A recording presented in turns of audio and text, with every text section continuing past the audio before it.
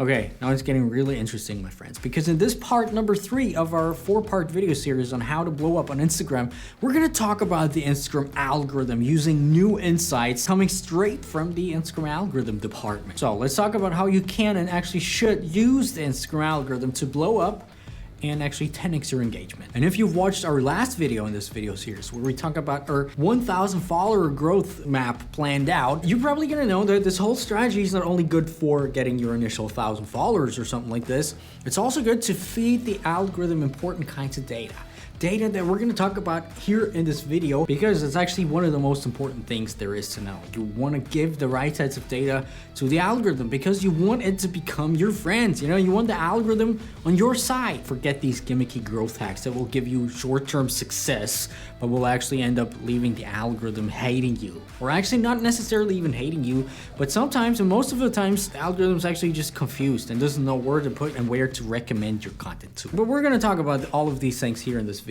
And the first thing that you should always ask yourself when you create content, when you think about your content strategy and posting and Instagram in general, might this whole thing actually confuse the algorithm? And if yes, what can I do to not confuse the shit out of the algorithm, if you know what I mean? You know, in the past few years, I've made the one or the other Instagram algorithm related video, and I did these videos based on approximations of what I figured out, you know, the algorithm to be at that point in time. You know, mainly through doing a lot of research with my clients' accounts and also doing a lot of research with specifically set up test accounts that I made to actually figure out what could influence the algorithm in what way and why, you know, mainly to give you and my students actually the best information possible to use that for, you know, their growth strategy. And earlier this year, I actually managed to get a hold of an Instagram insider telling me a little bit more about the algorithm and how it works. But here's the thing, it's not even it, because a few months ago, Instagram themselves have actually come forward in a few blog articles talking about how their recommendation systems actually work. So let's talk about that. Let's read a little bit between the lines, because there's actually a lot of information kind of hidden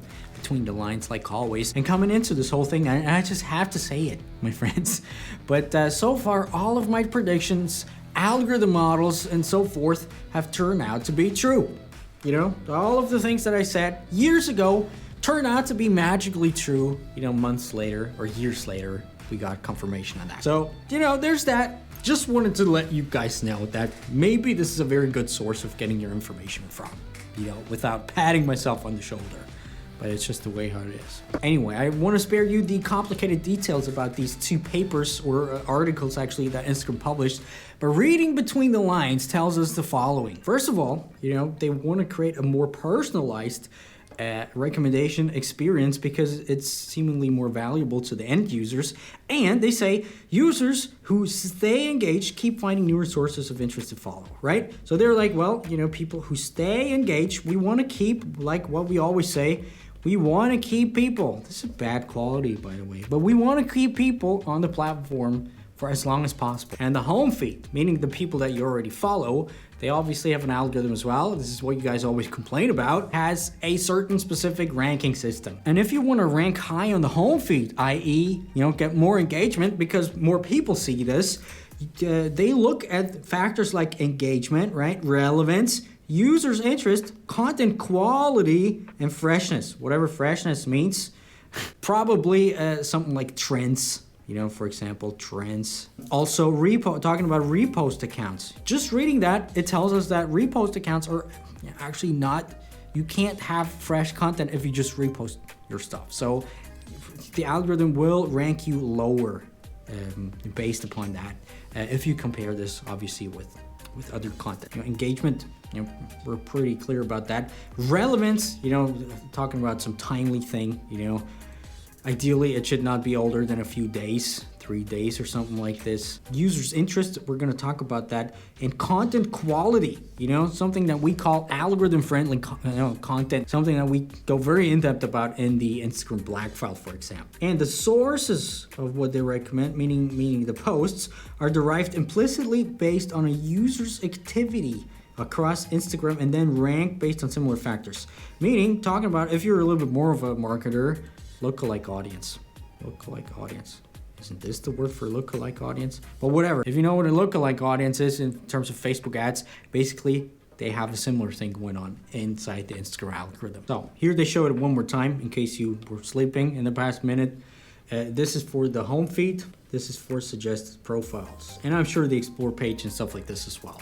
You know, people you follow, let me just make this yellow. People you follow, come on, they will be ranked based upon these factors that we talked about. And then the best posts are shown. And with the suggested posts, it's actually pretty much the same. Just it's people that you don't follow and they think you might enjoy. And here's where it gets pretty interesting, my friends. Basically, they put your account into categories, and that's nothing new. Yes, we've predicted that way back. We've known about that. But them actually confirming this with the models that they talk about right there means that you absolutely need to be in a niche, in some sort of constraint of people that follow a certain thing. And this also shows us why some newer profiles seem to have this boost going on just because they have a clean slate. You know, the algorithm sees, well, this is their niche, which is very focused, and based upon that, we're gonna find some people for them, you know. And since they're clearly cut down on a specific niche, the algorithm exactly knows who to show your profile to, you know, making organic growth a lot easier for the algorithm even to recommend you. And they basically say, if we kind of reverse engineer this whole thing, they say if somebody has no followers, well, they check your competitors. Well, let me see. They check your competitors and what their followers actually share, like, interact with, and then they try to mash them together and see, okay, this is a clearly defined target audience. Well, this makes no sense here. They check what all of these people have in common and see, well, they all interact with the similar kinds of profiles, and then they start to recommend your content, which is exactly the strategy that we talked about in our last, you know, episode here, in our last video. But I just have to tell you how it is. This whole strategy and this whole thing is only, you know, one piece of the cake, because just interacting with people and just getting traffic in, because that's basically all that there is not enough, because the algorithm also takes a heavy look into the content quality and the content itself to deem what they say is recommendable content. You know, if you can see here, it's also hidden, non-recommendable model. I call this algorithm-friendly content, basically content that is high quality, that is deemed high quality by the Instagram algorithm, and that they can and want to recommend. Yeah, this is how I draw it. Recommend it to, you know, your potential target audience. So this is what you want to aim as well. And this is why just pure growth strategies can never, you know, really get you to where you want to be, because there's always more sides to it. So what do they actually think is high quality content? And we did actually a lot of approximations of what we think is high quality content, and most of it we figured out was actually true, because they list a few things that they take into consideration when figuring out whether content is high quality or not. So, you know, let's go through them. First of all, obviously engagement features. Duh, you know, like shares, saves, stuff like this. Author viewer interaction based features. What is there? Kind of the same as engagement features, but I figured it's probably also with the content view time. You know, the things that you want to have people stay and consume your content as much as possible. Plus, we also figured out they actually rank the comment depth, meaning the relationship that you have with your audience, right? So this is probably in this as well. Counters or trend-based features for author and media. Well, you know, obviously trending content. You know, this going deep into the reels as well. Reels mainly consist of, first of all, evergreen content and also trending content, which is the big thing, which is the things that make you blow up. Yeah, this is the blow up, official blow up icon. Content quality based features. And how did I figure out whether something is quality content or not? You know, first of all, you know, the quality itself, if it's reposted or not, the resolution and stuff like this. But also they do it through image or video understanding based features, which is something crazy. And in their second article, they actually go a little deeper into what they call their high quality content understanding system. Yeah, they say, at Instagram, we have built some of these state-of-art photo understanding, video understanding, and text understanding systems at scale. They can provide both granular and general understanding of a media item. You know, example, a photo could be about birds sunset and a tiger at a granular level. It could also be about nature and wildlife photography at a higher semantic level. If we could classify a user's preferences as a cloud of concepts with affinities, it then becomes easier to sample across different concepts and hence provide a more diverse experience. So what does this whole thing mean? Basically meaning they track everything and anything, like we always predicted. They know exactly what your photo is about. They know not only have image recognition systems, text recognition systems, and your captions and your images. Apparently they also track the context of these things and the grander scale of what this whole thing might mean. And also the videos, they know exactly, or not, but they say they do, exactly what your videos are about. Which leads me to think that trying to diversify your content on a micro level at some points might give you some sort of a boost. Let me explain. Here they give this example of, for example, you have content about shutters or just a lens, then they could diversify this whole thing, into people who love camera content. Then people who love camera content could also be into wildlife photography, street photography. Then they see, well, it's about shutter, but there's also some elements that could mean street life photography, wildlife photography.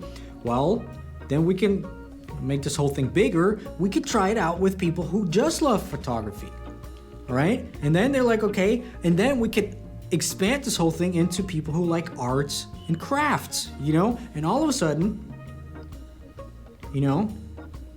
at the beginning, it's so beautiful, these paintings, right? At the beginning, this is your potential audience, this is your potential niche that you're in, right? And as they try to expand, using the social signals that they get and stuff like this, they try to expand your audience up until at one point they have a huge audience at scale, and then they can even go, horizontally to another level and try to figure it out. And this is basically what makes content go viral as well, right? So let's say you're in one of these sub niches, and starting out, you always should be in one of these, tree down sub niches. Inside the black file, we kind of have a system of figuring out, how to go from where you are or where you think actually is a niche. Because when you start out, arts and crafts is not a niche. It's not specific enough to actually go down and have a super specific niche, have those people there interact with your profile as best as possible, and then when the algorithm starts to expand your stuff, well, you will expand with it. Wow, this is a mess here. Let's say you create content about, wildlife photography, mostly wildlife photography. Every once in a while, you could try to, create content just about your shutter speed or your lens or about cameras, right? Or also try some street photography, with your own unique touch and see how your audience responds. Because chances are Instagram tries to recommend, because they say, diversified recommendations. They try to diversify recommendations across the board. So maybe they're like, well, let's try this out with a different kind of audience, with a slightly different kind of audience who might give you some very important data for your own algorithm rating and for the algorithm to recommend you to, a bigger kind of audience. So yeah, kind of complicated, pretty complicated if you ask me, but what can we conclude from this whole thing? First of all, you're gonna have to understand how this whole thing works. Yeah, it's pretty complicated, but if you understand how these things work together, play together, you can then actually work with them and kind of try to influence them and kind of, play with them. You're actually getting yourself miles ahead of your competition who are just posting content and not think about anything else, specifically not about these algorithm concepts. Then obviously you're gonna also have to know your competitors, because if you guys have not slept in the past minutes, you might know, well, competitors are actually very important, especially competitors who are right now emerging at this time, who are growing at the time. So you can see, well, this is what might work with the algorithm. This is where we could go into and try these things with a spin for ourselves. And the last thing, obviously, being consistency. And I can see already people in the comments saying, did I just watch this video just for you to tell me that I have to be consistent? Yes, kind of yes, because still people don't understand the true value of being consistent. If you look at this paragraph right here, they try to diversify media types from a sequence perspective, you know? For example, they have short form videos, long form videos, photos, albums, meaning carousels and stuff like this. So by being consistent and having different forms of content up, you know, basically using all of the features that Instagram has to offer, well, you're upping your chances by a whole ton to actually get the algorithm to pick up, you know, for your content and for your profile. And if you're interested in especially algorithm concepts and how they play together, my Instagram Black File 2.0 is actually set to be released on Monday, February the 8th, and we have a lot of content just like that based around the algorithm, you know, 3 or 4 hours just based around different sorts of algorithms, how you can use them, how you should use them, what you have to take care of, and how you make them play together in order to be able to grow big time on Instagram. So if you want to take part in this whole awesome, you know, learning group, if you will, down below there's a waiting list. Make sure you sign up on the waiting list because once the Black File drops on Monday, it's only going to be open for a short period of time, and I will only be able to take, you know, a bunch of students because mainly for quality reasons. So I can't guarantee that everybody gets in, but if you're actually on the waiting list, you get access to this whole thing before the general public does. So make sure you go to the waiting list. I'll see you guys later in a few days with another video tying all of these concepts that we talked about all together. And yeah, that was a lot. What do you guys say? You know, I gotta go sleep right now, I think, or get some coffee. Anyway, my name is Dominic. My voice is done. Don't eat nuts before you record a video. And bye, my friends. Bye. I'll see you.